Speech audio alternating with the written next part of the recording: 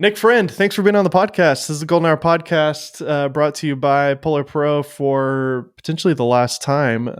We have some news there on that front. But Nick, thanks for being on the show today. It's a pleasure to have you. Yeah, thanks for having me, man. I'm excited to be here. Yeah, so like I just said there at the intro, Polar Pro there's nothing like negative or bad going on. They've just decided to drop this show in terms of their ownership. However, they have given me full freedom to do whatever with it. So yeah, I'm gonna keep it going, and it'll continue to be called the Golden Hour Podcast. It's just now just my show. And Nick It's here, not so much like dropping it. They're handing the reins to the new driver. that's right. Yeah, I guess that's a good way to Yeah. put it. That's actually a better way to say it. So yeah, I'm really grateful for the, I guess, 3.5 years that we've been doing the show now. Several Wow. hundred episodes, and really, it's been a joy of mine to do this each week and to talk to different creators. And so yeah, so that's kind of the update there. I don't know exactly the format and the way that it'll change and morph. I think I'll just continue to do interviews, and Nick and I are talking about doing something maybe. So just stay tuned for that. But yeah, it's exciting. You know, new stuff is never a bad thing. So if you're here and you're listening, don't worry, it'll still be here, and I'll still be talking to you. So you still have to Yeah. listen to my voice. No one's ever upset about another chapter in a book. That's right. That's a good way to put it. I really like that. Yeah. So Nick, Nick and I met. How did we meet? Actually, you were talking. Yeah. Tell me the Twitter thing. Yeah. I just tagged you on Twitter. You know what I did? I made a TikTok video talking about content creators that I said were worth paying attention to. Essentially, it was just like these three YouTubers are worth watching, or something like that. And dude, I totally you totally fooled me because you got me. We have creators have such a big ego. If you talk about us, we pay attention. So, oh yeah, of course. But no, seriously, that wasn't the intent. But it was just me kind of like talking to people about stuff that I use to learn, and you were just like, "Hey, that was cool. What's your phone number?" I slid in your DMs. Yeah, you literally slid in my DM. Then I was down in New Orleans at the time, like hanging out with my brother on vacation for a little while, and nice. Yeah, I was just like, Dave, what? All right, cool. So I just walked around the block for like an hour. You and I talked on the phone about nothing and everything, and that was how we started talking to one another. You know, ironically, that's how my wife and I met. It was she liked a post on Instagram, and I noticed her, and I was like, "Woo, she's hot!" And then I sent her a message, and I said, "Hey, what's your number?" And then I called her instead of texting her. I just called her right away, and we just talked for I think like 2 or 3 hours that night, and we just hit it off. So I think we're onto something here. We're onto a good relationship. I think you're developing a pattern. That was a solid. Oh my goodness, that was a solid 10 years ago. Now I've been with my wife for 10 years, so life moves fast. But just getting started. That's right. So Nick, tell me about yourself. Tell me about just who you are, where you come from. You mentioned New Orleans. I think that's a really fascinating bit about yourself. But tell me about yourself. Who are you? Who's Nick? Yeah. Nick Friend. Yeah. Well, first of all, friend really is my last name. That's actually why one of the reasons why I changed my YouTube channel from Friend Films, which is the URL, to I'm Nick Friend, because people won't believe me when I say, no, my last name is Friend. They're like, oh, okay. And I'm like, no, I'm Nick Friend. And then I was like, that's pretty good. So I just stuck with I'm Nick Friend. But yeah, so I was raised in New Orleans. I lived there for 16 years, from like 1 to 17. And then eventually, because of Hurricane Katrina, I bounced around a whole bunch, and then ended up in Tennessee. Funny enough, I ended up in Chattanooga for college. Oh yeah. After finishing I love Chattanooga. high school in Memphis. Beautiful city. Oh my goodness, it's gorgeous there with the mountains and stuff. Yeah. Absolutely stunning. I used to live at the base of a mountain. I would wake up with like beautiful, Smoky Mountain mist every single morning. It was great. That's cool. Um, Yeah, I love Chattanooga. but so I went to UTC, graduated from there with a degree in communication, and I actually there wasn't a film degree at the time. I don't even know if there is yet, but there wasn't a film degree at the time. But sophomore year, I realized that I really like making documentaries Hmm. by accident. Accidentally signed up to a documentary film class, and because I thought I put in the wrong code for an English elective, and it ended up Yeah. being like intro to documentary, and I was like, well, I mean, it satisfies the same credit, so I'll just take it anyway. Ended up being an amazing accident. Uh, Loved every second of that class. It was one of those Wow. classes where I never got the best grades because I was trying to understand the nuances of the subject matter. And I would Mhm. dig so deeply that I would almost confuse myself with asking too many questions. And that's kind of like when I was like, oh, I'm actually really interested in this because I can't stop analyzing it. Um, and my Yeah. teachers recognized that, and I had a lot of really great tuition with regards to like telling me where to go and what directions to go and what classes to take and all that stuff. Ended up basically building my own film degree. So I got a general degree in communication, which taught me the technical aspect of storytelling and editing, specifically editing. And Mhm. then I have what's it called? A minor in creative writing. So that was like where the creative storytelling thing came from. Basically use Gotcha. those two to make my own film degree. And then I just moved to New Orleans. Move back. Uh, yeah, I moved Yeah. back to New Orleans to get into the film industry because at the time, this was 2013. Yeah, Um, starting to blow up in that town. Huge, huge. The first major film that I worked on within being there for like 5 months was Planet of the Apes. Oh my Um, goodness. yeah, huge. I mean, I was So thrown to that the was, wolves. Andy I did, Serkis, right? And, yeah, yeah, yeah. absolutely. And Wow, my dude. first What did ever production was actually Top Chef, which was a Oh, crew of like 160 people. There was like a 12 camera shoot. I was wow. like, like deer in the headlights, which just kept my head down and didn't say anything. It just listened to the grip, Uh-huh. because I was just this little It PA trying to say yes and do everything. because you're from that area, were there connections that you had that led to that opportunity, or was it just kind of like, "I'm going back into the film industry and just see what happens," and it just kinda happened? Like, how did that even come to be? Is it just a Yeah. So perfect timing really, or what? both. I mean, everybody on every podcast ever talks about how they knew somebody at the right time in the right place, and I'm no different. Mhm. Um, this guy, genius man, named Zach Manuel. Uh, I messaged him and I was like, "You're a filmmaker." Makes At the time he had just released this beautiful short film with a mutual friend of ours who is an actor. His real name is Dave Davis, You got a and he bunch of is na an you got a Manual friend, you got a yeah. Dave Davis, Yeah, you got Nick Zach friend. Manuel, the director and filmmaker, Dave Davis, who is a brilliant actor, who was on True Detective season Oh, one, cool. Nice. um, Wow. like had an amazing role on that show too. Uh, but so I saw that he had made a film with my friend Dave, so I reached out, said, "Hey, mutual Mhm. friends, I was wondering if you had a place for me on a set." I was like, "I just need some experience. I don't need money. I just need FaceTime." And he's like, Mhm. "Come on down. I got this weird film called Laundry Day going on that I can help you out with. Jump on it." Dave was on that project as well. And that Mhm. was the first. That was my like free PA job. And then after that, it was like a 1 week shoot for me at least. Mhm.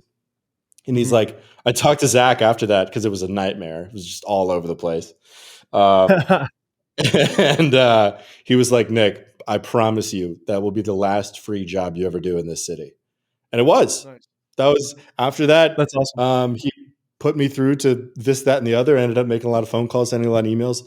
Found myself on Planet of the Apes, and then it was kind of off to the races from there. Just Dude, working that's my amazing. Rolodex of contacts, and I ended up working on Jack Reacher 2.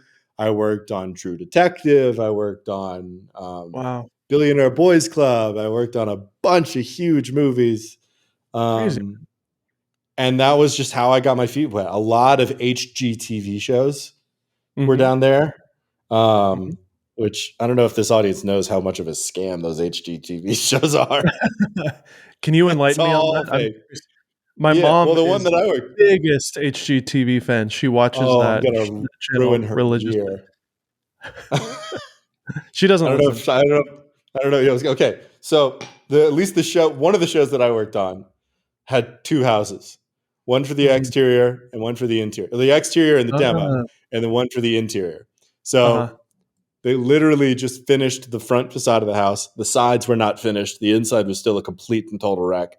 And then they Oh, switched wow. to a completely new house to film the finished interior, and that's how you shoot a full renovation in 2 weeks So, like, because it's is all it the fixed. same so is the interior the same, like, layout? So it's, like, the same But doesn't have to be because it's a demo. It's a demolition. The first half is ah, a demolition. So you gotcha. take down all the walls and remove all the fixtures. You have no idea what you're looking at. So you do that And 3D that's part of render the on the plan, screen, and there you go. I'm not and saying that's all part shoots of were like that. I'm saying all the shoots I was on were like Oh that. my goodness, dude, that's hilarious. Yeah, I've heard about all sorts of stories from different reality TV, Oh yeah, stories and stuff and how fake it is. I mean, yeah, I mean, that is what it is. yeah, It's not yeah. That reality at all. It's no, it's production. not. It's called reality TV, and it is one of the most highly produced genres I've ever been part of. That was I also had the opportunity to work on Love Is Blind season Oh my one, goodness. Yeah, which I was love pretty that great. show. I was an Netflix show, extra right? in that. I was actually at one of those weddings. Yeah, yeah, the Netflix show. Is that the one where I'm not. they're in the pods and then they speak to Yep. each other and yeah, Yeah. So I was at the one the first that season? everybody was up in arms about. I can never remember the couple's name, but the bride to be left the man at the altar, Mm. um, and it was just the most like hastily made wedding I've ever seen in my life. Oh, really? It's like there was it was like in a giant conference hall, and it was just beige curtains put up in a square with a grid above it with like just so many lights, Yeah. cameras on cranes. There's like 9 camera operators. There's Crafty and Holding and all these extras are filling out paperwork and all this other stuff. And they're all like, "Yeah, I'm usually like an entertainment reporter. I just kind of do this stuff on the weekend." I'm like, "Where am I?" So those are This is just the guests at the those wedding are were the just guests at the wedding that were just sitting there. And then like after she left the guy at the altar, we all went to dinner together. with the groom? with everybody. We're all just like Wow, hanging out dude. eating pasta.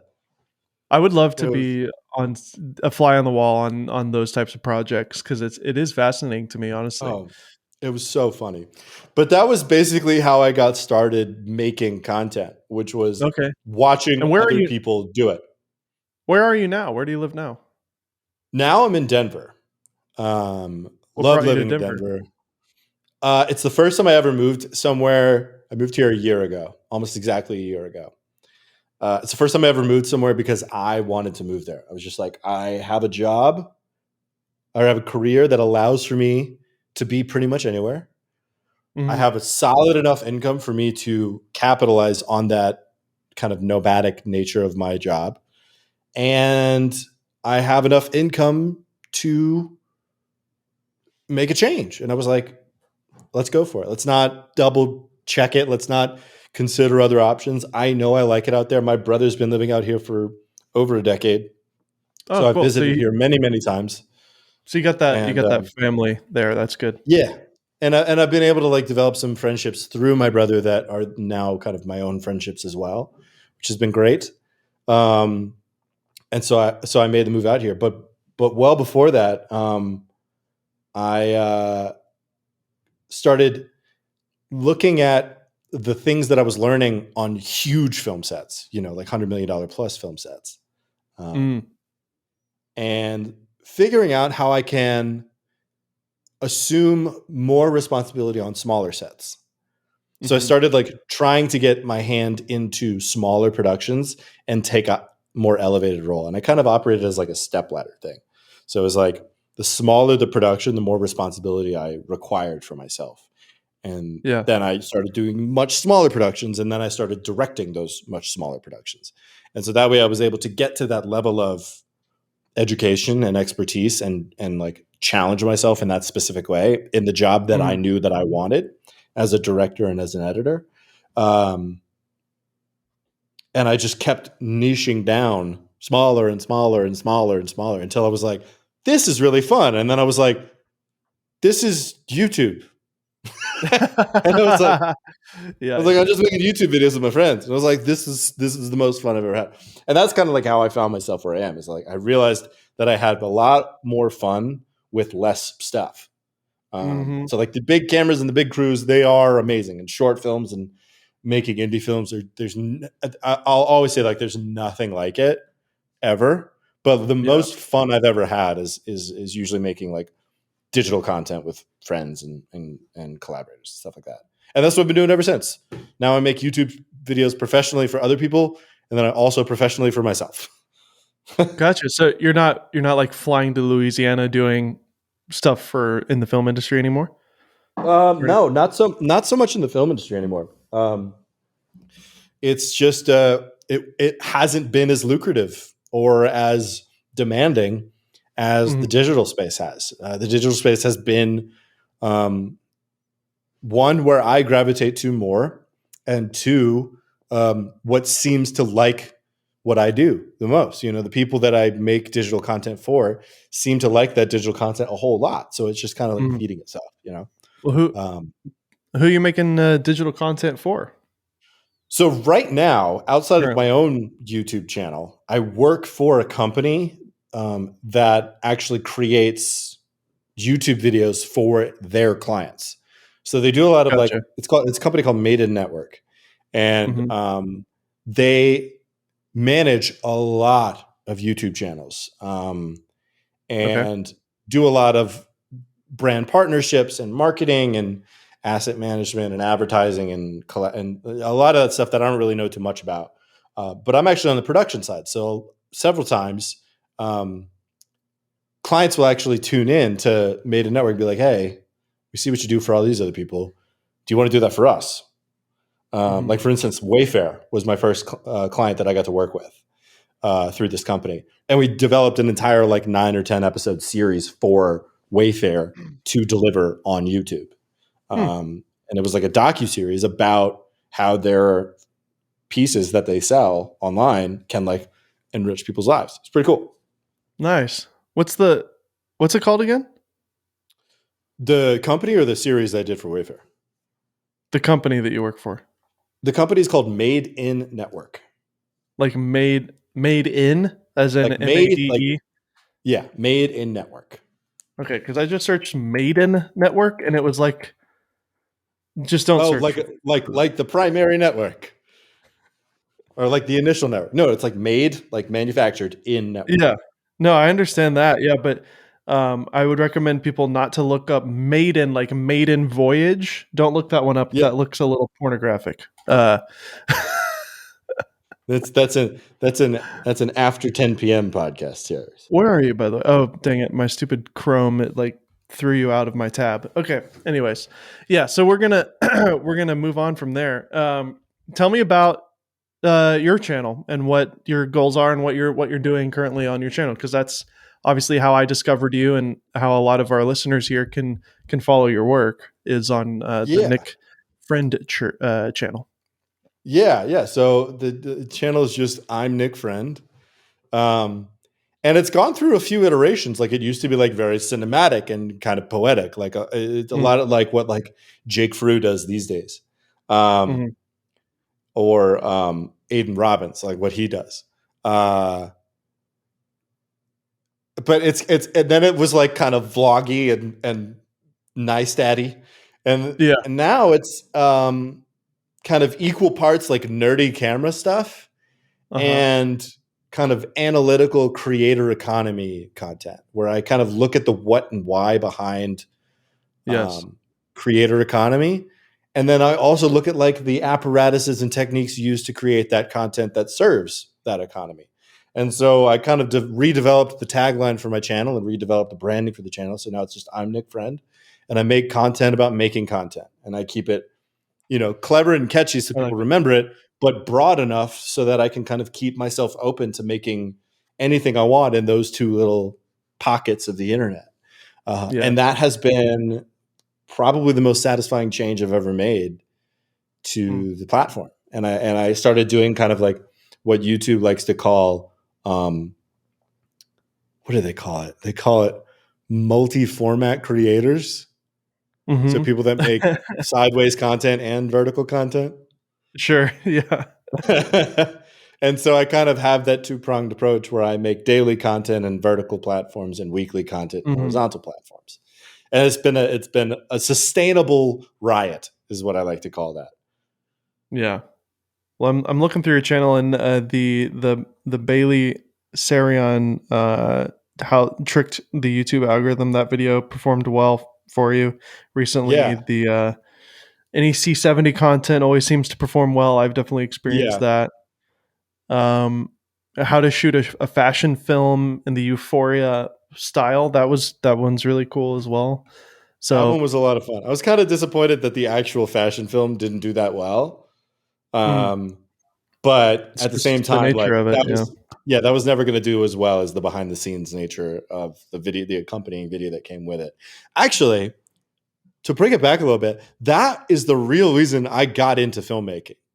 Oh yeah. Is because I was a skater, so I made skate videos, Hmm. and my favorite part about renting videos was the behind the scenes content. Yep. And when I realized that, I was like, I should make movies. Yeah. And then I did. I'm sure that's very relatable to most people. Anybody, like most people, either start by making skate videos or being obsessed with behind the scenes content, or what I have come to find through a series of Twitter polls, both. Yeah. What? By the way, Um, your one of your last videos, the next YouTube is LinkedIn. Is that yeah. true?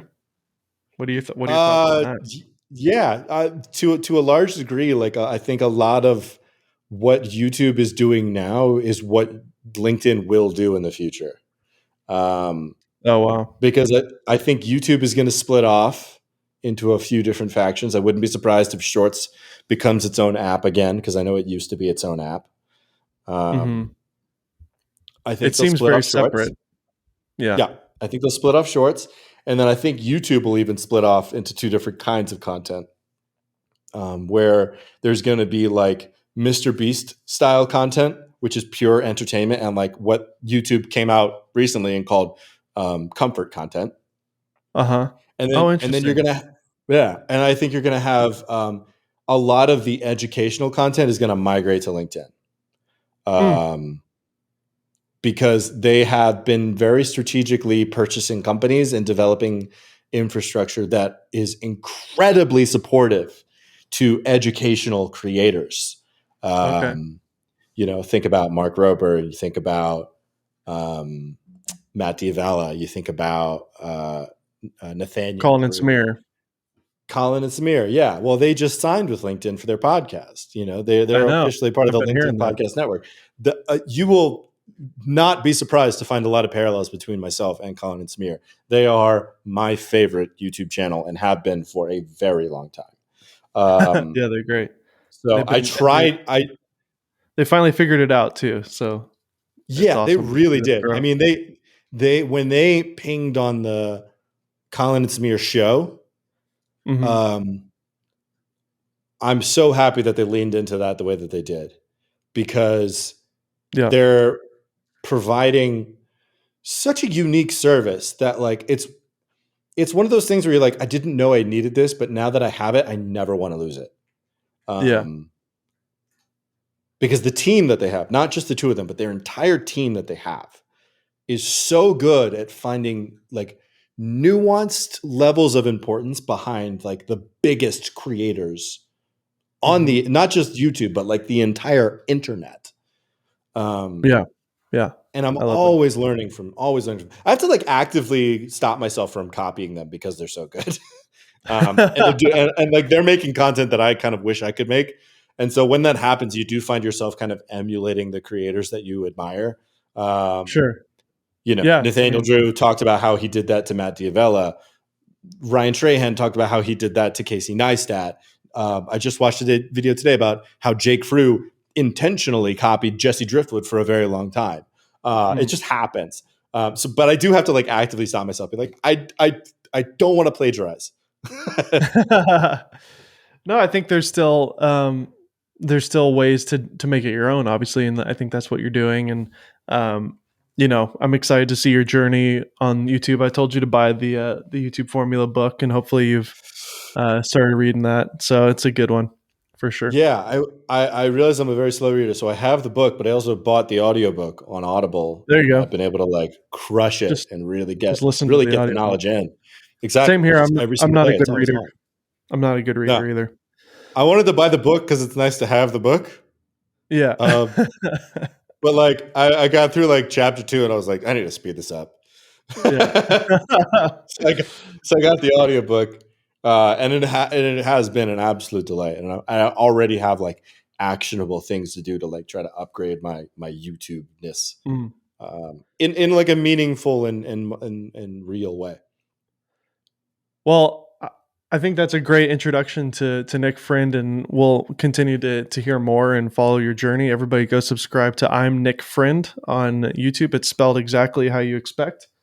Um, but I do have something here that I think is really interesting to talk about, and it is the new Canon R7 that I'm holding in my hand here. I'm using the 17 to 55 2.8 with the adapter on it, but I did order it with the new kit lens, which is actually this is one of the reasons why I bought this camera, because I wanted to put it on this camera. The new kit Yes, you lens, said something about this on Twitter today. It was just like I got it for this. not not the only reason, but I just think I am quite obsessed with small lenses, because I like how it feels when the body can sit on a table and the lens doesn't cause the body to flip down onto the table. That is such a pet peeve of mine. I hate when lenses like so like what's it called, sag down Well, yeah, and touch. It drives me nuts. I will put rails on the bottom of a camera before I let that happen. like this Nikon, which by the way, Nikon sent me. Thank you, Nikon. This is I'm borrowing it for about a month. The Z9, which is a very coveted camera. We could talk about this too, but like Oh yeah. Oh well, we will. I sat on a table and it just flops down like this. Oh, that And would so, drive me up a wall. I would lose it. well, I usually my solution to that is I usually set it down sideways like this, so that way Oh yeah, it doesn't. that's very It's 2022 of you. it's easy for me to like reach in and grab the handle and just go up like that. It just But if I'm using a sits more microphone, naturally in a vertical format. yeah. Um, so the C70 is obviously a pretty chunky camera to begin with. It's nowhere near as big as what cinema cameras have been in the past. So if you think this is a big camera, then you haven't been around long enough to realize that this is actually a small camera. But Tiny, that being tiny. that being said, it is big compared to a mirrorless camera, and with this lens, it just balances so well. But the optics aren't very good, and it's a variable aperture. It's a f3.5 to 6.3, which is no good, no bueno. But for the way that I use it, I have been using my little 10 to 18 wide angle lens on this camera as like a little home video camera, like filming my kids and stuff. And so, for my strange random use case of using a C70 as a home video camera, which I do when I'm not working, I'm kind of stoked about it, because one of the things that I love about the C70 is the built-in microphone is actually really good. It's like one of the best built-in mics I've ever used. So Really, I don't even. I've never tried to use the built-in on my C70. For the viewers and listeners, I'm using a C70 right now. Yes. So I'm familiar with the camera, but I never even bothered to use the built-in mics. They're good. Yeah, they're not bad. I mean, I it's had obviously a built-in no mic, idea. so it's not as clear as a boom if you're doing like a talking head piece, or you don't want Yeah, to well, pick yeah, up. sure. But the way that I use it as a dad camera, like it's perfect Dad 'cause cam. it picks up the kids well in front of the camera, but then it also picks up my voice really well because I'm behind the camera. So it's just a nice clear, and there's a automatic setting on the Canons, and Sony doesn't have an automatic setting. A lot of other cameras don't even have automatic audio settings, which is interesting. So obviously, I don't want to go on and on about my really random use case because I know there's nobody on the planet doing what I'm doing using Well, a the other the other five thing thousand dollars about cinema camera yeah, for home the video. $5,500 dad cam. No, Caleb over at Sunny 16 would be proud that you called it a dad cam for sure. Yes, love that No, guy. but Never the met. other thing is like the zoom function on that lens, because Yeah, it's such a you could basically crash zoom. That is yeah. ultimate dad cam mode.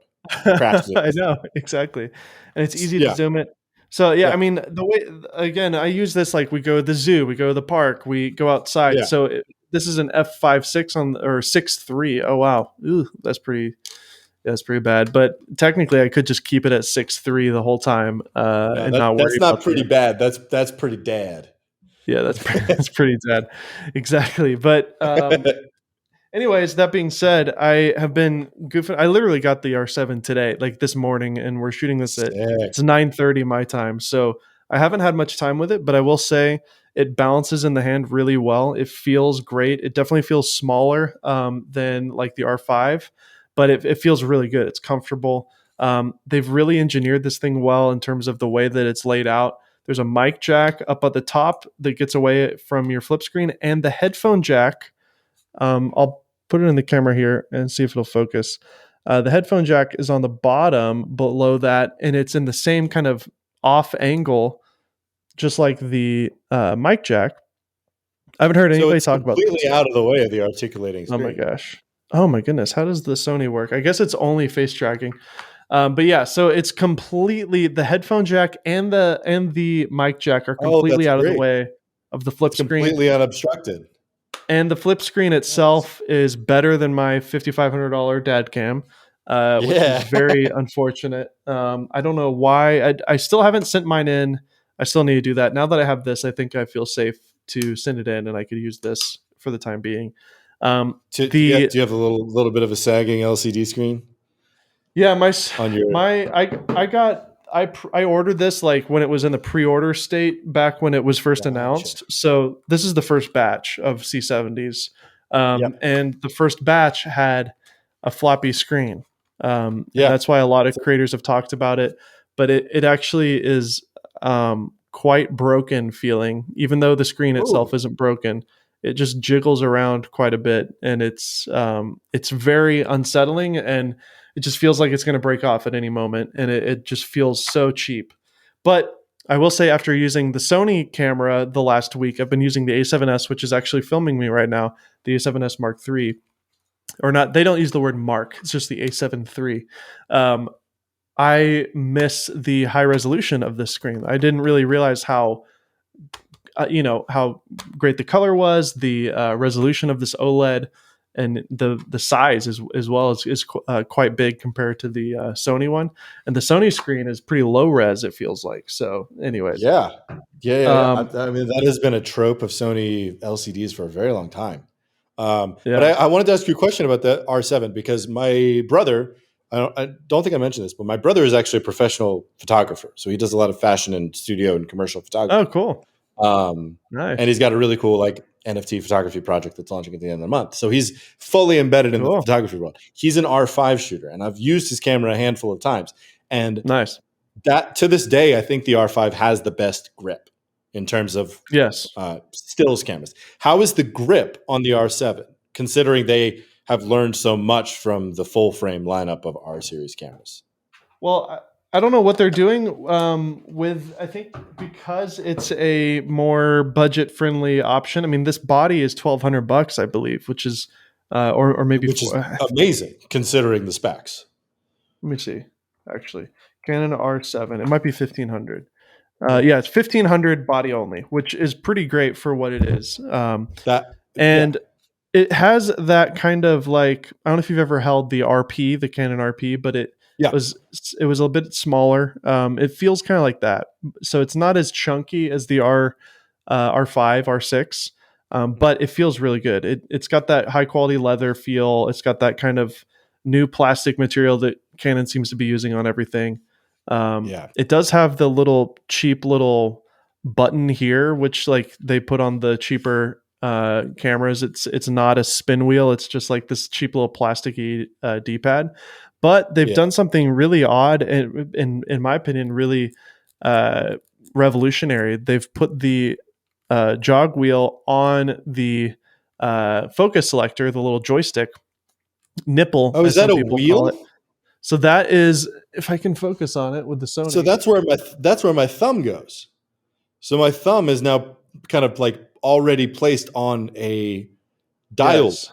up at the So top. if you're watching the video, you can see it. There is Yeah. right next to the EVF. That is It's a actually a wheel. very clever place to put that.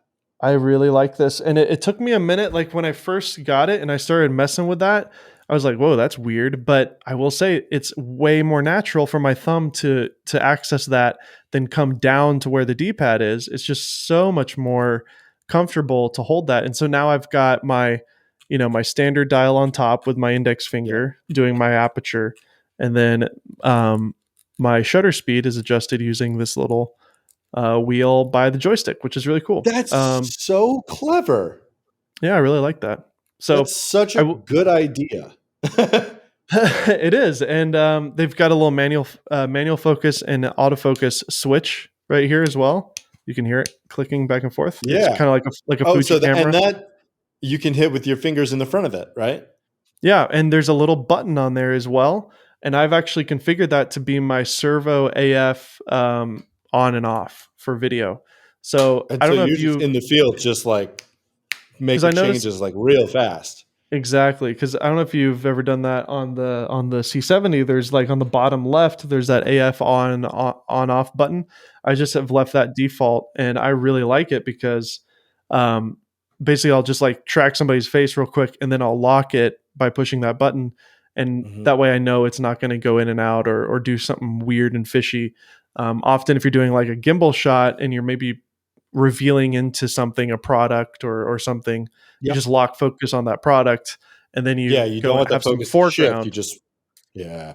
Yeah, because you got to have foreground elements like with bokeh to kind of give you some sort of transition or some Hmm. sort of movement, but you don't want the focus to focus on the foreground. You want that to be Yeah. out of focus, which is really annoying with the autofocus. But yeah, it's got two UHS 2 card slots, which is cool. I There's don't, two slots? again, it's got two of them. It's just, to me, this is really the perfect companion to the C70, to be completely honest. That's pretty good. It's the C70 is such a That's pretty great good. video camera, Yep. and this is a really great stills camera. It's not full frame, but neither is the C70. So Yeah, dude, there's they just kind of yeah. So they go really well together. And this camera has C-Log 3. It does 10-bit 422 with no recording limit, and it has a 7K to 4K down res. So the image is super sharp. I think it's actually sharper than the C70 because the C70 is like a native 4K sensor. yeah. Although the DGO sensor is wonderful. But these two cameras, honestly, are kind of the perfect match in heaven. This has IBIS, and it's so far so good. I've had some And problems I with wait, Canon's. hold on a second. This is a 10-bit 422 4K C-Log 3 Mhm. camera. That's $1,500. I know. I'm telling What you, are dude. they doing? It's got an EVF. It's got the little the brand new hot shoe where you can buy that little Tascam thing and get XLR just straight on it, That which cableless. the C70 does not have. It does not. Yeah, with the C70, I have to use a silly little dongle to put XLR into it because it's micro Yeah. or mini XLR or whatever. Yeah. Although obviously the preamps and everything are wonderful in the C70 itself, so that is nice. And one of my favorite features about it is having four audio tracks. Oh yeah. I've definitely done four audio tracks in some of my productions where I'm using the built-in mic as a scratch. Like, holy crap, everything's gone to poop, and I at least need to have some sort of audio.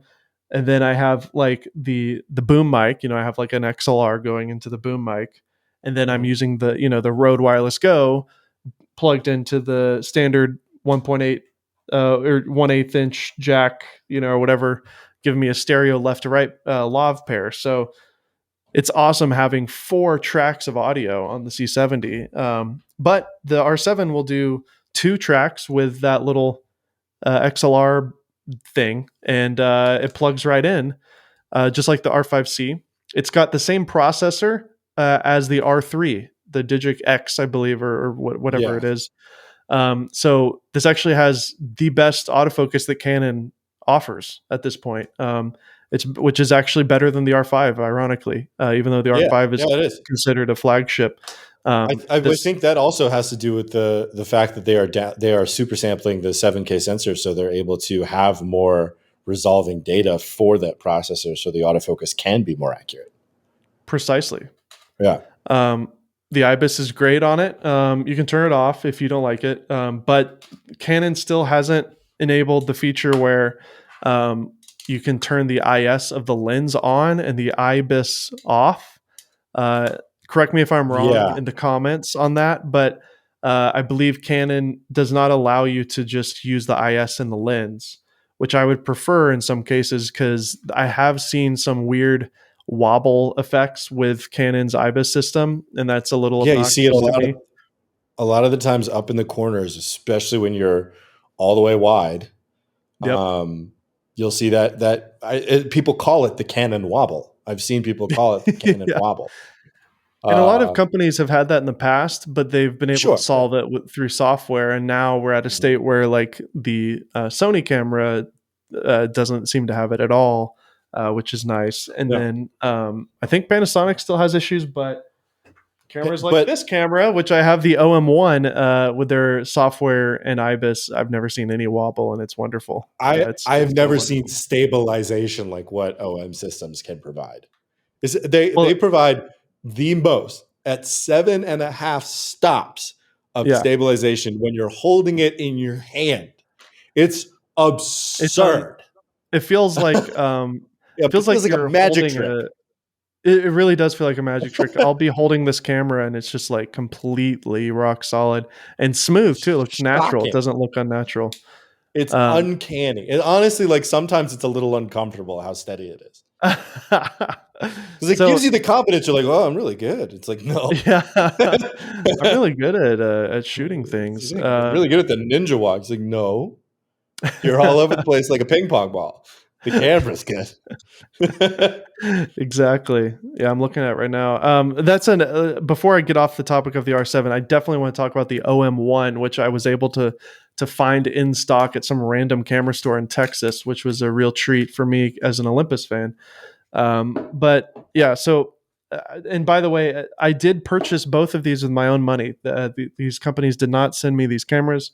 I tried to get Olympus to send me the OM system. They're now called OM system, but the OM-1 because I was such a fan of the EM-1 III and the EM-1X. They just were like, we're having trouble like keeping them in stock to sell, let alone give out to reviewers. So I was like, okay. Right.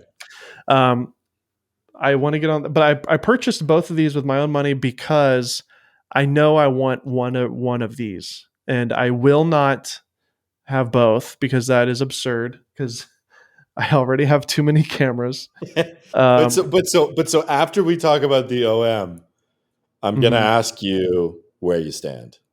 So, I don't know so yet. well, you might know a little bit later. Who knows?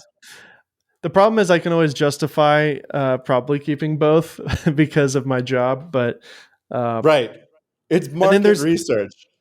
there's the flip side of the practical land where probably a lot of our listeners live, which is the Sony ecosystem, Yeah, which of is course. just like the sensible thing to do. It's like it's the Toyota Prius of the I don't know if that might be cutting it a little low. It's like the Honda Civic, you know. It's just such a I feel like, reliable tool. yeah, I feel like Honda Civic, Hyundai Elantra, great references for this decision. Like, no, Yeah. there's nothing wrong with it. Nobody's gonna fault you for it, but you're What also would this never gonna brag about it. What would the C70 be in that equation? It's a truck, right? This is Oh, no, this is that is fully a Toyota 4Runner. okay. Oh, a Forerunner. Yeah, because the Forerunner It's is slightly more extremely. expensive than you would expect, but it's never going to go wrong, and it's Yep. always going to bring you home. Yep. And it does look cool. Like there is a cool And it factor looks to cool. it. There is a cool factor to it. Yeah. Yeah, it's got Land Rover vibes, but it's not a Land Mhm. Rover. That's a red Komodo. Is a Land Rover, right? Land Rover's So a red Komodo, and then maybe. for sure, absolutely, Land And Rover's a then red what? Komodo. Ari Let's keep going. This Ari is and fun. red.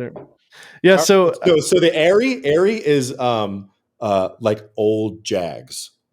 yeah, yeah, Like smooth, reliable. they don't change a lot. They don't come out with new stuff very often. They're kind of mysterious about what they do, but they are the Mm. coolest thing in the world when you see them in the wild. I That's a don't Jag. know. What Also an Airy Alexa. you wouldn't say like Ferrari or Porsche or something because they are No, literally that's the top. Like that is what everybody in the entire industry uses. Like not everybody drives Jaguars, but like a Ferrari no. is But what is the flagship of what like wealth would be as a right. that's what I would I would say like it's like a red weapon. Okay. Okay. Like Ferraris Yeah. and Lambos, Because that's it's a red little weapons.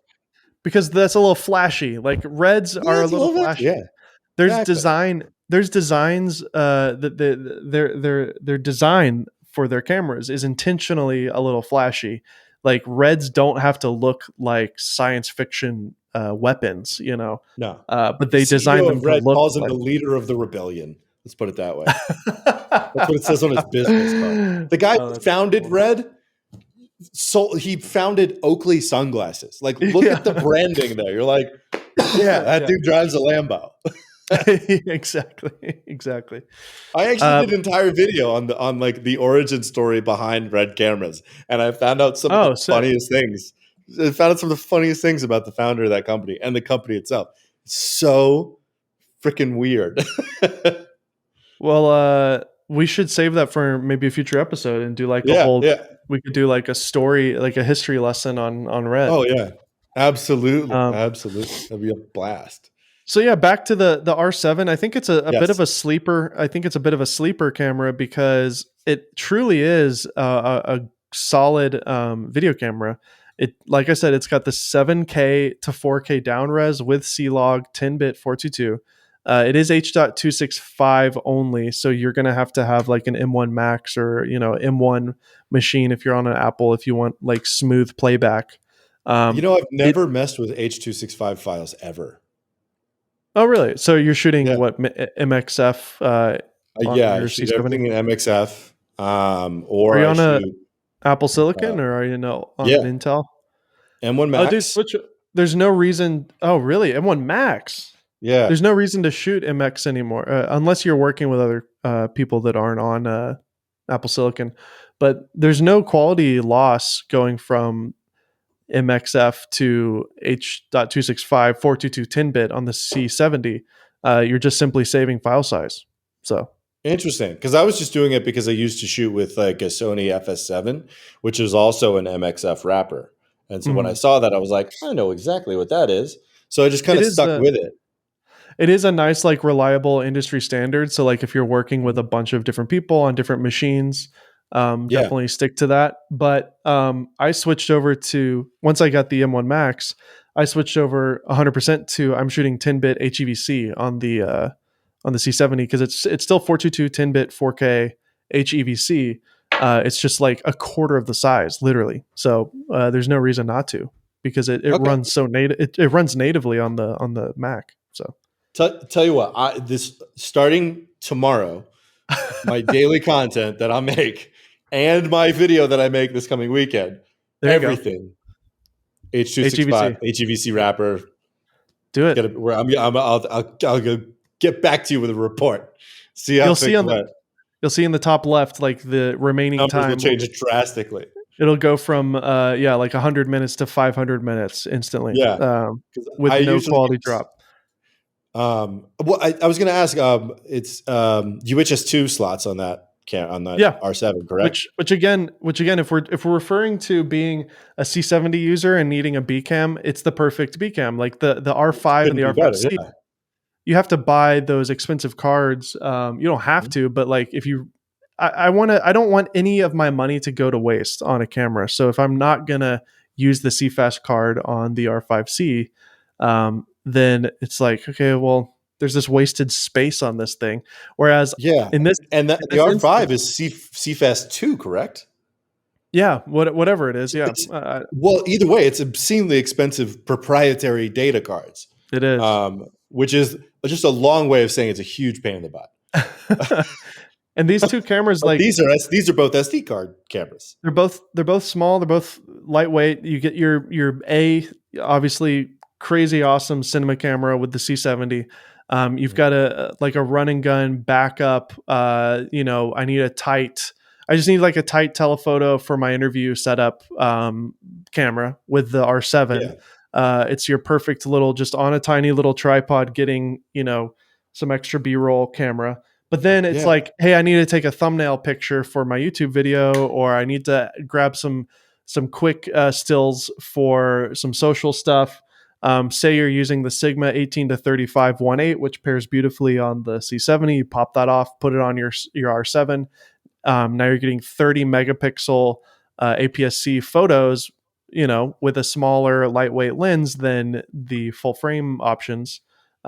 Obviously, Canon does not have any good RF crop lenses. The only ones they have is this yeah, this kit lens. That's the bummer. So you're either buying expensive RF lenses that are designed for full frame, which again negates what I was saying previously, which is like I want all of my money to be spent and used fully. It's a weird obsession I have. So it's like if I'm going to buy this full frame lens, I'm only using like 1.6x of that lens. So it's like, right. shouldn't it be cheaper? and like it's it's 6 it's point 0.6 bigger than it You're should be. You know what I mean? yeah, you're effectively losing a third of the capabilities of a lens. uh Essentially, is so what's happening. So this is, and what but it yeah, looks like, I'm very perturbed by Canon not coming out with RFS lenses because yeah, they're clearly committed to the lens mount, and they are yeah. continually making cameras such as the one in your hands that are crop sensor. They have to come out with Well, not only RFS quality lenses. They have to. they have to, because the R7 is a very professional. This is not like just a little rebel. If you want a Yeah, cheapo thing, if you want a little cheapo thing, you can buy the R10, which is only $1,000, so it's $500 cheaper. It still does a lot of the same things this does, but that's your like Costco camera. You know what I mean? Um, and yeah, but like the C70 is a freaking, like, this is a real pro camera. This is a yeah. $5,500 camera, and they don't have any high quality L series optics Nothing. for this native mount. Not a So I'm single one. which kind of stinks, and they've never done that actually. This is the most pro APS-C lens you could ever get from Canon, the 17 to 55, and then you also reviewed the 10 to 22, which is the wide angle, Yeah, sort that's where of. we are right now. I'm not even all the way zoomed out on the 10. Actually, let's go and do that. Ready? Yeah, let's do There it. we go. Wow, So we're all the way nice. out So at 10 mil. This is 10 mil on a crop sensor lens. there So you go. this is Look at those. effectively. Look at those socks. Oh Um, yeah, these. Oh yeah. I, I'm there's trying to get something sponsored by Stance. I've heard. Yeah, I bought some of those from my brother once. He loved them. That was I the actually have a Casey story about Neistat those socks. lens. I know he. We'll save that for later. I know Casey used that lens primarily as his vlog lens Yeah, for a very long long, time on long the time ago. 70D. Yeah. I do like the STM, the 10 to 18, but it's a little bit slower and cheaper optics. Tell me Yes, about but crucially, that 10 to 18 has a quieter autofocusing motor for much vlogging. quieter. Yeah, much, So when much you have an quieter. on-camera microphone like a shotgun mic, Mhm. you can't hear it. But this one is not. This is a USM lens, so you Same for can the hear. 17 to 55. Yep. Yeah, yeah. These Same here. those lenses actually were developed in tandem with one another. They were meant to cover um, Everything you would need. uh, Yeah. everything from 10 to 55, which these lenses were built together. And they also came out with an 85 and a 50 at the same time as these two lenses. So your 70 to 55, mine 10 to 22, and then a 51.8 and an 85.14. They all came out at the exact same time in around 2006 or something. Yeah, these are very old. You Yeah, can still buy these new on which B&H is for why. basically Like, why the would new price. anyone do that? You can buy it new for like $800, which is a Why would you total. do that? I bought this lens for under $300. I think it was Yeah, 250 or something on eBay. I got this one delivered to my door for less than $300. So and obviously the Sigma 18 to 35, and then the Yeah, accompanying lens to that, the 50 to 100 1.8, which is also a glorious lens, but it's also massive. That's a nice pair. Tyler Stallman, my friend Tyler, uses the 24 to 35 f2 with the speed booster on the C70, but I've owned the speed booster or the turbo booster, whatever you want to call it, the entire time I've owned this. And yeah, I actually own two EF lenses. I have the 16 to 35 2.8, and then I yep. have the 24 to 105. And I just, obviously, when I'm showing up like on a job and I'm being paid money to like run camera, it's not a Mhm. problem. I don't even really think about it because I use the Easy Rig or a tripod, and it looks good. And the weight and size doesn't really bother me because like I know I'm there to do a job, so it doesn't even like I don't even think about it really, to be honest. But when I'm doing YouTube and when I'm like running around, I can just feel the extra weight of all that. And Yeah. also, I really have noticed that the turbo booster does uh, soften the image a bit. Not soften it, but it adds less. It lowers the contrast quite a bit, Yeah, um, exactly. It does. It lowers the contrast. That's which isn't a exactly what it bad does. thing. I mean, if you're putting diffusion on your lens as well, like it could actually work together in a nice way to Yeah, give you a look. you Gives you a could look. certainly work with it, but like it can just as easily like work against what you want. Mhm. So I do prefer to use even my 16 to 35 2.8 on just the native like Mhm. adapter without the turbo booster.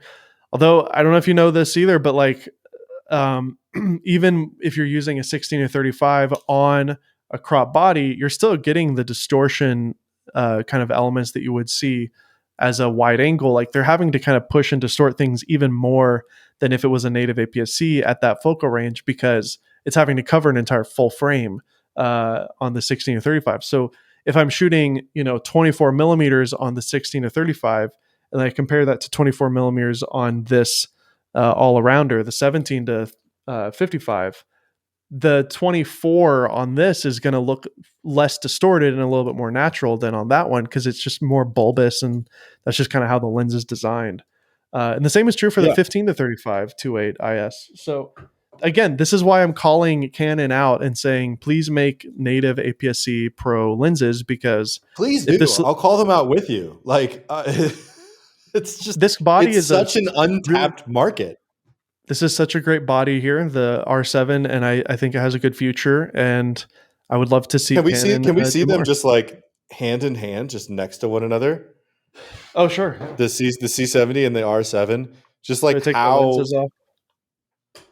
yeah, as you wish, but like the two There. are so significantly different in size, but so shockingly similar in capabilities. Like the fact Ah, that those two basically take the same lens is amazing and produce like a very similar image is amazing because you can, if you set your C70 to C Log 3, they will mhm. match. Those two cameras will Yes. match. Yes. That is amazing. The fact that one is like almost a quarter of the price of the other, and it I would be essentially indistinguishable in post. Well, to be That is frank, amazing. I'm going to be doing some tests with this. I've already noticed the autofocus is better than my C70. Obviously, it's using the R3 Yep. algorithm. And the IBIS is great, and Mhm. the size I'm is looking great, the forward to that price is test. great. I'm kind of like, should I just sell the C70 and buy like three of these? You know what I mean? Like, Is I it could really use like the fact that that tiny little camera is making you think that is incredible.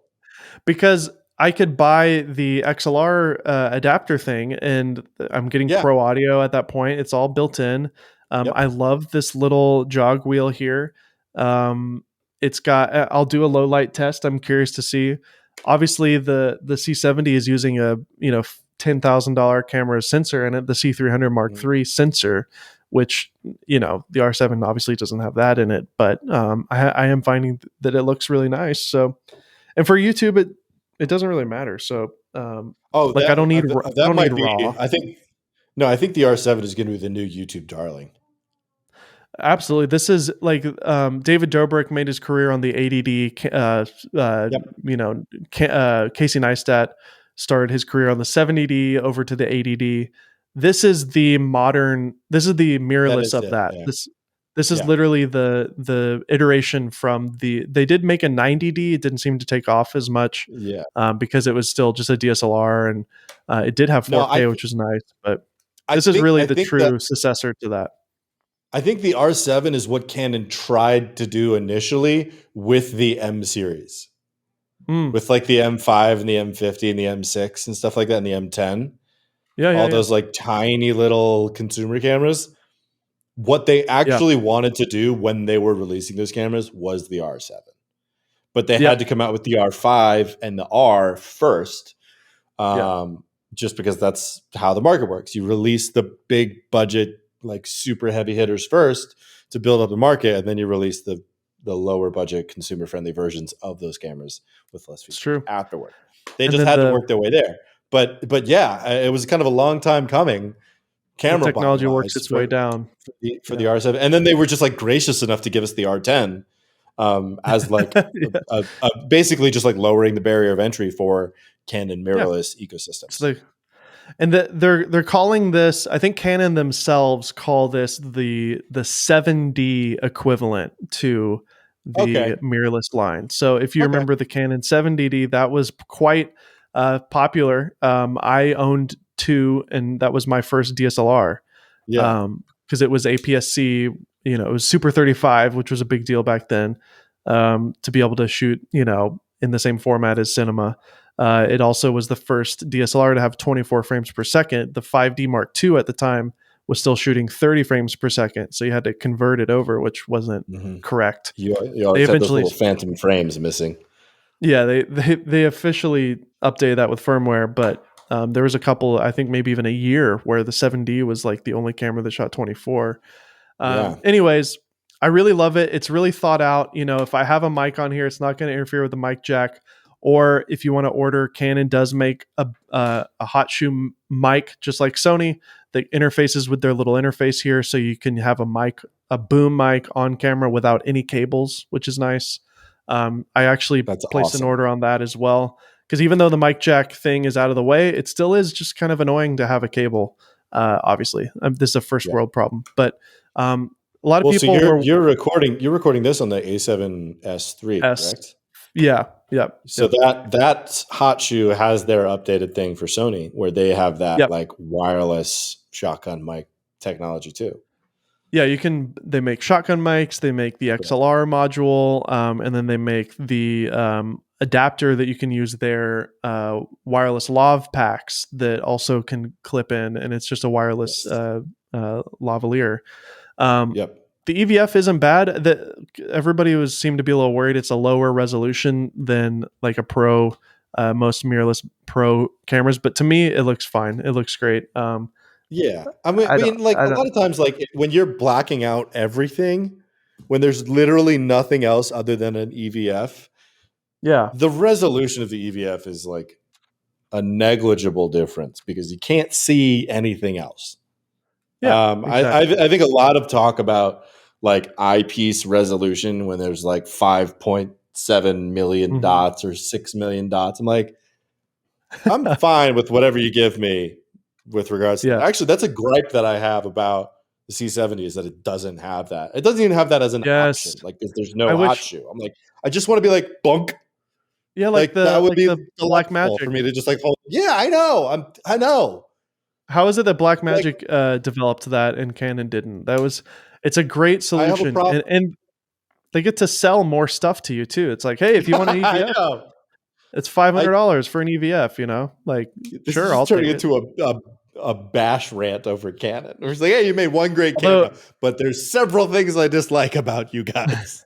I love how I do love how when all the Canon mirrorless cameras do this, you turn the Mhm. camera off and the shutter, the curtain covers Yeah, the curtain comes the down. Yeah. sensor. Hmm. A lot of companies don't do this because technically you're shortening the life of your shutter. Technically, because that's a use of the shutter to simply turn it off. But I'm willing to do that, obviously. I was gonna say, And like, the lifespan is like 500,000 shutters.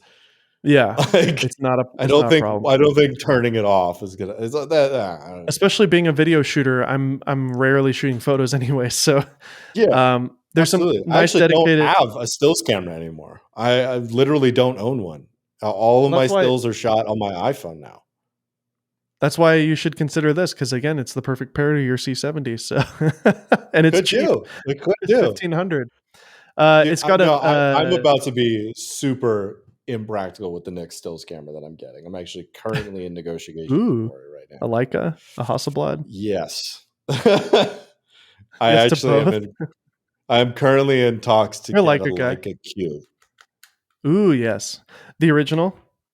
The original, the Leica Q. I I sent some products to MPB for evaluation and trade-in, and uh depending on what they say about it, that will be money off of my Leica Q that they've huh. already allocated to me, so nobody else can buy it. That's great.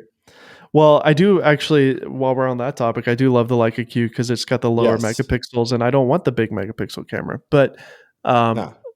I do like how the other one's weather sealed. But I'd rather have lower megapixels. And I don't know if you've noticed either or you've seen, but the low light is actually better on the Q than the Q2 because of the lower Yes. megapixel count. Yeah. So So I was introduced to the Q series line of cameras relatively recently because I was shooting a documentary series, which is currently has rolling releases. So it's out now, and there will be more episodes out soon mhm. for another client from the company that I work for, which we talked about at the beginning. Um, but I was shooting with this photographer named Mike Blayback, who's this amazing skateboard photographer. And he was shooting the subject of the photo shoot with a Leica Q2 monochrome. And kind Oh of wow, in between, yeah, exactly. beautiful. So we were kind of like in between setups, and he was like, I was nerding out with him about camera gear, and he like handed to me, he's like, "You want to take some shots?" I was like, "Yeah." And I took I less than 10 photographs with this camera. And it was like a fundamental shift in the experience of making a photograph. Mm, Um, Solely based on the hardware. I didn't even look at the photos that I was taking. I was just looking through the EVF and clicking this soundless shutter and shooting in black and white, because it's not the Q2 monochrome is not a regular camera that has a black and white filter on it. It doesn't have color like yeah. photodiodes. It doesn't record color. It only And records light values. It doesn't that record gives you a chroma much values. that does give you a much better Oh, it's image, incredible. It's um, unbelievable. better dynamic range, and I think it is again slightly negligible because the sensors are just so good these days. But I think there's Sure. something beautiful about it. It is truly like shooting on a film stock, like a black and white Uh-huh. stock, because it's Right. actually pure black and white. Forces your brain to like think in black and white, which is way Think in more. a you completely different way. But more Mhm. so than any of that was the experience of using that device. The fact Wow. that the menus and the layout were so exceptionally well built and Mhm. well designed that like Yes. the actual physical act felt different than, for instance, Yeah. shooting on a Sony A7R3, which is what I used to shoot everything on. Yeah. Which is It like is the it's a yeah, computer. The Sonys are computers, and they're good exactly. computers, and they get the job done, but there's Yes. nothing about it, the process really that is enjoyable because 'cause you're always kind of Yeah. fighting it a little bit. Exactly. Exactly. It's to use that analogy, it's kind of like writing a story in Google Docs on a Chromebook versus Sure, writing a story with a on a pen typewriter. and a notebook. Oh, Yeah, or a okay. Yeah. typewriter. Yeah, You sure. know, it's like it's that kind of tactility and Is like it it's that almost like a romantic thing to it is it about the that method. drastic? I feel like It was film photography is shocking. like that too, right? But Film photography, yes, I will always love shooting film photography. I have several film. I have a medium format film photograph or film camera. I have a do you have couple of. a Leica as well? Film? No, I couldn't. No, the M6s are more than Q2s. I know. I can't They're believe how much they've insane. gone up. It's Um, amazing. It's incredible. about No, I don't. I don't have a. I don't 6 have a years Leica ago I got rangefinder. it. I have a Pentax Yeah. K1000, which is like old faithful for most people. And then I Yeah. have like a little point and shoot that I got off eBay, which is just a blast to use because there's just no settings to control. Just point and shoot, Mm, quite literally point and shoot. And then I have a mhm. Mamiya 645, and I have like a Polaroid that like you pull out of the side. Um, Yeah. all of them still work. I've gotten them all serviced, and they're all fantastic. So, That's but great. I was amazed at like the feeling of the Leica Q2. Yeah. Um, and I have been addicted. That was back in like May or something like that when I was shooting, and it hasn't left my mind since then. It just for the listener, we're currently recording this in June, and that was no, so that must have been back in like April then, Mm, and it hasn't left my mind since. Just the crazy. tactility of that, something about the knob, something about the metal that they use, something about the ergonomics. The lens is amazing. Um, Yeah. but speaking of Leica, You're making me want one. no, don't get it. I will freely admit that it's not a great idea to get that camera. that It is doesn't something have that is a decision you make with your heart, not your head. I don't want I do my style of photography and obviously I'm a dad. I've got two boys, a 4-year-old and a Mhm, 2-year-old, and so I have a lot of motivation to take, photography seriously as mhm. purely documentation, but also to capture beautiful moments and of my kids' life, because they will grow up one day and this will be the images that document their childhood. So to me, I take it very seriously, and I love doing it. Like I took these yesterday on the Olympus. Wait for it to focus. Oh, Just some beautiful nice. bokeh with the fireworks. Is that a Woody hat? Yes, my son Yeah. Ryan wears Woody hats every day. But yeah, that one as well. Perfect. I love these shots. Yeah. It's just these great moments, and so yeah, so I'm constantly obsessed with like photography for my kids, but to be Yeah. honest, I can't go like I can't do anything with bad autofocus because they move around so much. So I have to I have get something that. with good autofocus. Totally get that. There's no arguments against that whatsoever. But you said you took So you took those on the OM, right? yeah, so let's I will Yeah, let's talk about that OM. I'll wrap up my conversation about the R7. I will say Yeah. it's still preliminary. We'll have to do a follow up. I'm about to do a bunch of shoots with it coming up here this month, and so I'm excited to put it through its paces. I'm starting the timer in terms of my B&H return window. so so I'm gonna I'm excited to see the kind of insights that you find about the R7 because I kind of knew it existed and I knew it was like a good companion camera, but I don't think I knew how good it was, especially with regards to like the specs, yes, just whatever. I was a little surprised. So I'm very much looking forward to your analysis of that camera. That's yeah. going to be a fun one. So for me personally, again, for the people listening, I really am truly considering either. Now I own a full um, Olympus Prime set. I own the 17-1.2, the 25-1.2, and the 45-1.2. All three of those lenses are incredible. I love the bokeh quality. They're sharp. They're small. It's everything I want. I want a small, lightweight lens that has beautiful image quality. The only other camera that I can think of that has like this is literally the top end prime from Olympus, and it's tiny and it's an f1.2. Sony has small primes, but the quality on the smaller primes is nowhere near the GM quality, and those GM lenses are No, big and heavy. So and they're super yeah, expensive. it's just So a I different class of personally lens. It's just a different tier. Yeah. So to me, I was very excited about the new Olympus. I've been using the EM1 3 for the last couple of years. I love the color science on Olympus, actually. Don't hate me. I really I've prefer the I've way it never looks. messed with Olympus colors before. Never in my life. It's beautiful. It's unique. I will say, going back and forth between these two today, um, which I've been doing a lot because I just got them and these are new toys. Uh, the Canon's kind of UI is just so good. It's just so clean Yeah. and simple. Like I never have to think about it. The autofocus is rock solid.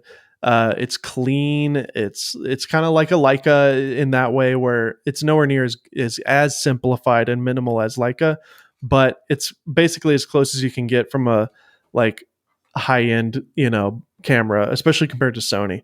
I've been using Yeah. Sony for the last week and a half primarily. I still think that their menu system and their UI experience needs work. It still is just not intuitive to artists. It might be intuitive to engineers, but to It's somebody been with, so bad for so long. I know they Like, fixed, they did finally fix their color science. I think that the color yeah, that's is true. It's definitely good now. yeah, Um, you don't look jaundiced anymore when you put a correction light on it. yeah, yeah, Because I'm shooting I was actually like the first ever owner of the Sony FS7 in Louisiana or New Oh Orleans, I guess. wow, that I was camera the had a first ever great person. great image. Those were popular in documentary Not when it first world. came out. It was pretty similar to like the A7S color. Like I had to do a lot of work on that image to Gotcha. get it. The The jaundice color. usability was fantastic, and it was a 10-bit image that you get, which would it was probably the lowest price camera that you could get a 10-bit 422 image Yeah, out at the of, time it was quite especially in 4K. it became the C300 Yes, replacement for most rental yeah, houses. So, or at the very least, a direct competitor to the C300. yeah. When I was a camera operator in New Orleans, I was regularly bouncing between Sony FS7 and Canon C300, and even the C300 Mark II and the FS7, just bouncing back and forth constantly. Yeah, but Um, but the color was not great no. out of the FS7 originally. There was a considerable amount of work to do. But yeah, like you said, Sony has taken their color science a really long way. But even back then, the menu was absolute trash. Like So the I menu on the Sony Venice sucks, and that's their I newest and know. greatest and latest thing. It is. Yeah, I know. It's ridiculous. Um So, anyways, Olympus, now named OM Systems. This is their first camera as a new company. Basically, the way it works is when a company kind of goes bankrupt or whatever, they sort of like sell themselves to another company, and then they just kind of rename it, and but often keep the same employees and kind of keep everything business as usual. It's just kind of rehoused in a new owner, I guess. So that's what happened with Olympus. So thankfully, they're not going away. They are still around and they will continue to develop, which is awesome. And this is their first new camera. They've solved all of the gripes that I've had. The EVF quality is finally like as bad as the R7 is. It's nowhere near as bad as the EM1 camera. It was very. It looked like I was looking through, like an EVF from. It looked like a TV from, 1999. Like it was Looks like the TV very behind you. exactly. It looked Little very. too It look. looks Look very like we're looking pixelated. through a tiny little tube TV. So they've solved it now. It's a very high resolution EVF, good magnification. That's nice.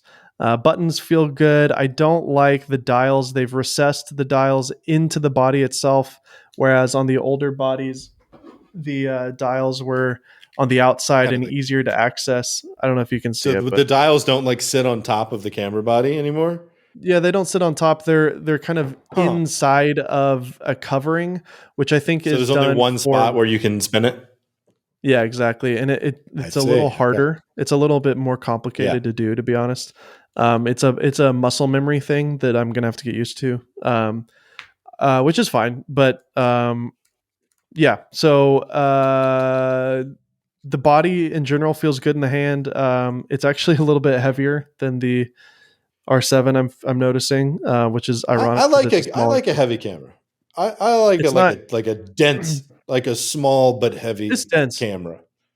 Yeah, that's exactly what this is. That's why I like it Yeah. because you get the small lenses which balance well on the body, but it's slightly, it's definitely big. It's not like Sony. Even though the A7S III is a similar size to this, it doesn't feel as comfortable as Olympus. The Olympus fits in my hand better. They have a medical division to their company, and apparently the medical team develops the grips on Olympus, so they're able to really shape the ergonomics of the grip from a medical standpoint. Whereas it feels like Sony just kind of put a little hook on it. It's like, here, you can hold this, you know. So, uh, Yeah, Sony but just yeah, put like a door wedge on the side, and we're like, yeah, let's call that a grip. exactly. Um, yeah, so far so good. I've noticed the image quality on this camera, the OM-1, looks fantastic. It is super sharp, and the dynamic range on this sensor is amazing. It's a stacked sensor, which, if you know anything about modern Yeah, I sensors, know a little bit that's what you about that, want. but please do enlighten me on the benefits of the stack sensor. More dynamic range, basically. Better low light, better noise performance. It's like a stop and a half better, I think, from the previous model, which isn't saying a lot, but for Micro Four Thirds, it goes a long way. Um, and Yeah, it's especially with only, a smaller sensor, like a stop and a half is huge when your sensor is half the size of full frame. and I've noticed on the R7 today, I've been taking pictures. This is a 30 megapixel sensor, APS-C, and this is a 20 megapixel sensor, Micro Four Thirds. And I think it's probably because of my lenses. These lenses are so good, but I've noticed that the images on my Olympus or the OM-1 are sharper and cleaner and have better dynamic range, and overall is a more pleasing image in terms of just enjoying the color science and the overall everything than the R7. Even though this has more megapixels and a bigger sensor, it's softer. It's a softer image than the Olympus. Obviously, I'm gonna have to do some tests with the raw settings. I've just been kind of looking at images straight off the camera on my computer and on my phone. Sure, yeah. Um, but I've been very pleased with the image quality out of the Olympus. Um, it's got really cool face detection features. It's rock solid. And like you said at the front of the episode here, the OM-1 has the best IBIS on the market. It is so Best ever ridiculously made. smooth. It's like a gimbal. It's truly incredible. Um, it doesn't have a lot of the niceties that I'm used to from Sony and Canon in terms of like touch tracking. It's there, but it's not super good. And these are things that can hopefully change through firmware, but you should never buy it with that in mind, obviously. But Right. so it's a I little think janky. I learned that from Marquez Brownlee, which is don't buy, or maybe it was The Mhm, Verge. You never buy a product with the expectation of it getting better. exactly. You buy it for its current level of quality. Yep. But Exactly. I could tell just by the sound that that LCD screen made when you closed it that the build quality is fantastic. Yeah, it definitely is Like fantastic. it It feels good. sounded good. It's even got that. It's even got that kind of like, it continues the leather. If I can focus, it continues that leather kind of feel design even on the back of the screen when it's closed. So it has kind of like a film Oh camera yeah. vibe to it, which is cool. Yeah. That's some X Pro 3 vibes. Yeah, it's got a new battery, which is super powerful. You get 2.5 hours of battery life. Obviously, in terms of video specs, we got 4K 60 now on this, which is great. With 10-bit 422. That's This huge also, for Olympus because they were 8-bit for freaking forever. I know this is the first time we've seen Oh, 10-bit internal. yeah.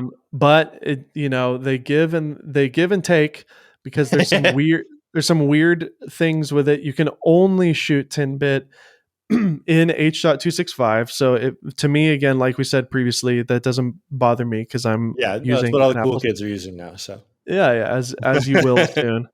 yeah. But and then the second limitation is you have to shoot either log or HLG in Mhm. 10-bit. You can't shoot like a natural or a standard profile, which Right. again, like I'm not. I'm going to shoot log anyways.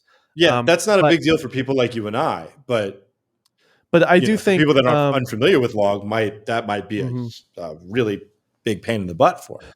And the problem is, I've seen tests on DP Review. It wouldn't be that big of a deal if the 8-bit 4K in your standard profile looked good. Yeah. The problem is 10-bit. The 8-bit to 10-bit difference in terms of sharpness, noise levels, quality overall is quite drastic. So like going Oh, from 8-bit to it's like a 10-bit, valley in between those two yeah. with So systems. so it really is like, even if you weren't like, I would find myself using like a natural profile probably for like a YouTube or a TikTok video where I don't even want to fuss with it, and having that 10 bit for that extra just beefiness, I would prefer that. I tend to shoot baked in quite a bit, to be honest. But you know, that it is what it is. And I think I'm leaning towards this because of the lenses that I own. Um, Yeah. I don't, And you if I said were to, you're a Micro Four Thirds Prime owner, right? yeah, I own Yeah. all three of these primes. So I have the 17 to 25 and the 45 1 2. These Olympus lenses. They're beautiful They're lenses. so nice. Are those the ones So with the clutch focusing ring as well? yeah, Oh, that is yeah, it's the nice. coolest feature. That is the you coolest feature. you may Like, say it's why? clutch. Yeah, I would, and I should have. I should have gotten. I'm a clever man. I should have made I know. that joke. But here's the thing, dude. I'm Like, disappointed. I'm sitting here going back and forth here, and this little jog wheel here is brilliant. I love it. It's so nice.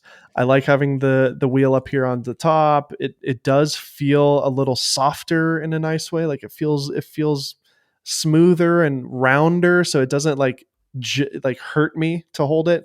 Whereas this has a little bit more of the sharper, jagged edges. Does the OM hurt you? Well, like right here on the edge here, it's sharp here. The hand grip is nice, but um, I don't know, man. Like it's a toss up because, well, it really isn't though, because there's no lenses for this, right? Like I have these great lenses for Olympus. They're designed specifically for Micro Four Thirds. There's no fussing around with like, am I using a full frame lens or am I using an APS-C lens? Like that's not even an issue because they only make Micro Four Thirds lenses for it. So it's like Yeah. every lens that they make, either from Panasonic or Olympus, work beautifully on it. Sigma makes lenses, all sorts of adapters you can get, speed boosters, everything's great on it. The IBIS is nuts on it. You get continuous recording, you get all the things you would need. It even does a raw, ProRes raw out now, which is cool. What Um, kind of HDMI port does it have? both of these are on equal playing fields, and they both have Okay. Oh, micro. come on, But guys. you can't fault Canon because they're also the ones selling a $5,000 cinema camera called the R5C with also a micro HDMI That on is it, just which ridiculous. I don't I want to talk. literally I don't want to talk about it because I don't think we have the time to go into a rant that long. I cannot believe that they put a micro Why on the would they do R5C, the C camera. It's so absurd. Anyways, it's because that? it's they're saving money. They're just retrofitting R5s It's with a still a $5,000 camera. I know. How much more would it have been to put just a mini HDMI, not a full one, Sure. just a mini one, just one that was just a little bit more robust. That's why I like this camera. It's That's why got I a like it Canon in too. there. I And think it's so nice as well. so basically the predicament is like the R7 plus the C70 probably makes the most logical sense because they go well together. They're both made by the same company. This has C-Log 3, this has C-Log 3. If I ever needed a bonus camera, this can be that. They use the same lens mount, they use the same lenses. I could sell all my Olympus stuff, make about $3,000, $4,000 selling all this stuff, put that towards high quality Canon glass, and just call it a day. But just like you with the Q, there's an aspect of the Olympus, especially with these lenses, that I just love the image quality. I love the overall experience. It's a really solid system. I'm just going to have to follow up on it because this R7 is surprisingly good for what it is for me. Yeah, absolutely. Just for me, real quick. Just you have a prime lens on that camera right now, on the On what, OM. this? Oh, I do. Yeah. Just go ahead and just real quick, just pop the clutch. Just pop the clutch Pop for the me. clutch. Yeah, Are you ready? ready. Oh, come on. Pop and lock, baby. Pop the clutch. It's just that is like seriously like as far as camera design and lens design goes, that is one of the smartest things that a company has ever done. Because everybody complains about Sony's focus by wire system and how nightmarish it is to focus by hand. And Yeah. I have relatively the same complaints about a lot of Canon L series and RF series lenses because the focus doesn't stop at a certain point. Yeah. Vintage lenses and cinema lenses do not have the problem of stopping at a certain point because they are actually mechanical. Yeah, Whereas exactly. Olympus was like, we've got a clever idea. Let's A little put bit of both both. of those systems in the exact same thing. You know who else did it that a lot of people forgot about? Tokina, because they had a clutch That's system on right. their 11 to 16. That's right. But that was Brilliant mechanical. idea, But that's mechanical, wasn't it? That was actually truly mechanical, I thought. but only when you popped the clutch. Oh, okay, Other gotcha. than that, it focused like any other Canon camera did. But Autofocus. the difference is Yeah. you had the option to switch to manual and have a hard stop on your focusing ring. Like Dude, I why think more people don't adopt this method is beyond my comprehension. It's we're just sit like, so we're sitting here and I do have the Z9 as well, but we don't have time to talk about this. So we're going to have to save this for another time, but oh, that this is Z9. also a But that is fascinating like camera. I think I said this before we started rolling, but that Z9 is all things to all shooters. It really is. This It's truly just is an the ultimate amazing hybrid. piece of kit. It does ProRes internal. What It's just hybrid camera shoots ridiculous. ProRes? That's never happened before.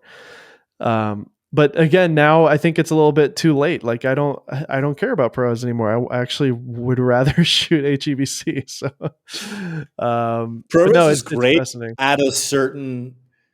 If the baseline is at a certain level, ProRes is great. Like if you are working in at least a semi-professional setting, ProRes is fantastic. There's Yeah. no doubt. The delivery and cross-pollination of that platform is amazing. But below that, it Mhm. doesn't really make sense from a logistics standpoint because if you Yeah, it's only too big. have one or two people dealing with that footage, it's simply too large. Um, But you but know that's the what, thing about the Nikon? Z9 is it's kind of made for that certain class of shooter. Yeah, you know what they did? They put a full size HDMI on this bad boy. Oh, did they? Yeah, Almost full like it was a size, dude. good idea or something. Oh Exactly. gosh. Now this one is like, you know, if you truly are a hybrid shooter and you're doing really pro level photography and Yeah. you don't care about camera brand, I mean, this is it. But you I've know, maintained for years and years and years that if you want the best, most usable, most versatile glass, buy Nikon glass. We've said mm, that over and over. oh Um, yeah, well, that might not be Nikon true glass in is the amazing. mirrorless world. In the Well, mirrorless yeah, lineup, this not was like anymore. way before mirrorless. Like I remember, um, I was shooting. Oh, you ready? I was on a Hallmark movie of the week, and the title of that movie was called Rodeo and Juliet. Oh, Um, nice. it's a real film that you can go and watch on the internet currently in real life. Oh my goodness. Um, and we were shooting on two red ones with a Nikon mount because we were using Uh-huh. Nikon. We were using Yeah. some Zeiss glass that was made for a Nikon mount, but we also had a Yeah. slew of Nikon lenses available to us because they have been the same for so long, and their glass is amazing quality, like Yes. incredibly good quality glass. Yeah, it And I is. think a lot of people sleep on Nikon glass. Um, they kind of skip over it, but it is just such good glass. Yeah, and back in the day with DSLRs, you could adapt Nikon lenses to anything. You could put on a Yeah. Canon, you could put on a Red, you could put on RE, all that Mhm. stuff. So There actually is an adapter to put um, ready Nikon mirrorless glass on the RF lens mount. oh, really? And then you also The flange distance is just big enough in its difference for a tiny little adapter to fit in between the two of them. and same for Sony lenses to Nikon as well. I actually have that I adapter. yes, yeah, It's not it doesn't the autofocus is definitely nowhere near perfect, no, but it does work, no, which is crazy. no. There's probably So, communication nightmares between the lenses and the cameras, but the mhm. mount does work. So, anyways, that's kind of my situation. I don't know what's going on. I feel very blessed to own the C70. It's a wonderful workhorse. If I just stop using other cameras and stop fussing around, I would probably be more content because at the end of the day, this camera could live on as a primary camera for the next 6 years, easy. Um, Mhm. it just does everything that I need. But there are And some it's weird things about it, though, like the lack yeah, of an well, EVF and it all has the that stuff. coveted it has the coveted Netflix approved stamp on it that is so Oh valuable in 2022. But I do yeah. agree with you. It's got some weird quirks and omissions that you're like, really? They forgot about that? Like the EVF. Or my big thing is like SDI. Like you have Yeah. SDI for time code, but not for video. Yeah, that's weird. That is weird. You basically just telling me you could have done it and decided not to. Like Exactly. that's what Canada is telling me on that one. But I agree. It is. I like to say it's punching above its weight class. Hmm. Um, And I think, I mean, I don't know if I have the luxury right now financially to keep all of these. Obviously, that's why I've purchased the R7 and the OM-1, and the thought is I'm going to return one or the other. yeah, But the truth is like for some reason, a lot of people, guitar players, they own 10 guitars sometimes. Drummers will have 6 or 7 different sets or different snares. This is just my vice is cameras, and in theory I could just keep all of the above and I grab which one I want for that particular use case, and but I mean it's getting out of hand. I have too many cameras right now. yeah. Well, I think when someone else tells you that you have too many cameras, then you have too many cameras. Because if somebody else is willing to break the the courtesy code of being like, this guy's habit is getting out of hand, you know, when like somebody that's Yeah, like exactly. relatively new in your life is like, wow, do you really need this many cameras? That's when you're like, all right, time for an online yard sale. Um, Yeah. Exactly. but Exactly. I am going to enable you at every twist and turn because because Thank you. I love cameras so much. I have a closet. I have a walk-in closet that is just filmmaking equipment. Oh, there you go. Same And here. like I could have used that for a ton of practical reasons. I could have turned that into an office. And I was like, you know what? I'm gonna fill it with stuff that I use twice a year. Yeah, like I have an easy And I rig. did. I'm looking at an easy rig that I use like 4 times a year. I could just rent, but I Yeah. have it. So I nearly bought a ready rig and I was like, I haven't had a job that requires a ready rig in over a year, which means I don't need to buy this thing. And I'm just sitting there like, but it's cool though. but I might. But I might, yeah, like I bought like a smoke machine. I've used it twice for one YouTube video.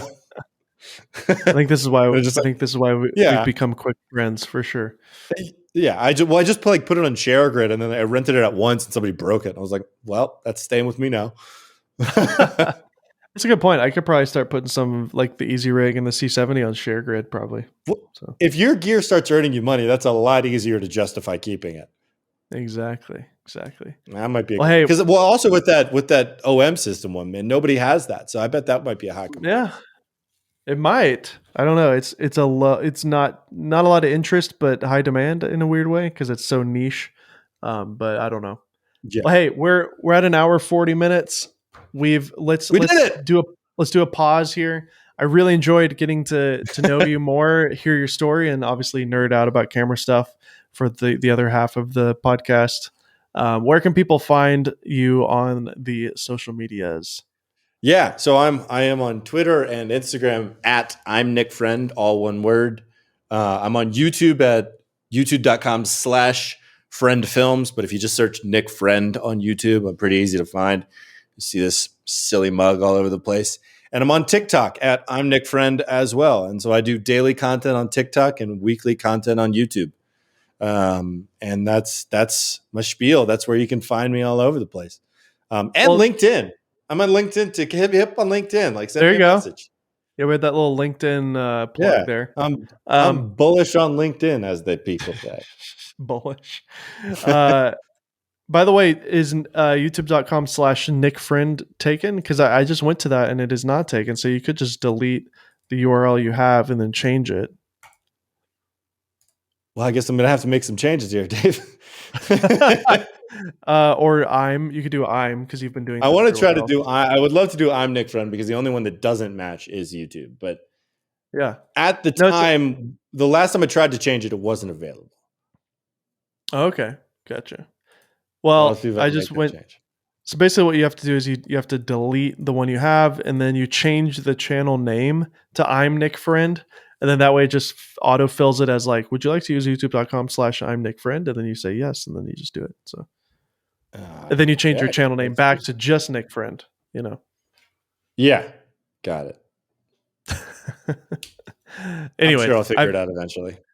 somebody I had youtube.com/slash Dave Mays, and then Yeah. between the time where I was working with Cantika Indie Mogul and stuff, I changed it around a couple times, and then somebody snagged it, and now it's gone, and I can't get it. Somebody has it. Well, Pissed I off. think I'm still in the humble beginnings where I'm relatively unnoticed. So I might be in the sweet spot of making that change. Do it. Uh, And you have a yeah. unique friend. As easy as your name is to remember and spell and say, it's unique. So that's what's really cool about your name, is that it really is like, you don't have the challenge of it being hard to spell or say, but like nobody has it. So you probably can Yeah. get the handles. Yeah. And my uncle likes to say the branding writes itself. It's true. I'm your friend. I'm Nick Friend. Exactly. I'm Nick Friend. It's a sentence, it's a slogan, it's a logo. Like There, that should be that should be your subtext on your website. that's just what it is. Yeah. Yeah, that's awesome. Well, I had to actually change my name to Dave Mays. So in order to have a good stage name. Did you know that? I knew that there were two of them in play. I didn't know you'd actually made the change. Yeah, yeah. My real name is Altizer, my last name. Yeah. Yeah. I knew So yeah. that. I didn't know if it was just the stage name thing. I had no idea. But yeah, I did not legally change my name. No, no. I Oh, just okay. it Here I is am getting just confused. it is. I mean, try being me. It's hard for me to keep up with my two names. I'd love to be you for a day. I think it'd be fantastic. But suddenly find myself like married with kids and Oh my goodness. cameras all over the place, and I'm friends with a bunch of movers Severance. and shakers at Indie Mogul and all that stuff. And Have I you got a seen house with a Severance on studio. Apple TV? I found out that I actually have Apple TV because I bought an iPad, and I didn't know that that was like a deal that There you Apple go. does. You got to watch it. And so It's yes, so good. I saw the first episode of Severance recently, Yeah, finish but it. It's good. I'm only It gets one better. episode in right now. Yeah, you got to hang in there for, three episodes or so, and it just gets All right, crazy. It's good. I'll dig deep. All I'll right, dude. call in sick tomorrow. Sounds good. All right, Nick Friend, thanks for being on. We'll talk to you soon. Thanks for having me, man. This was a blast. Absolutely.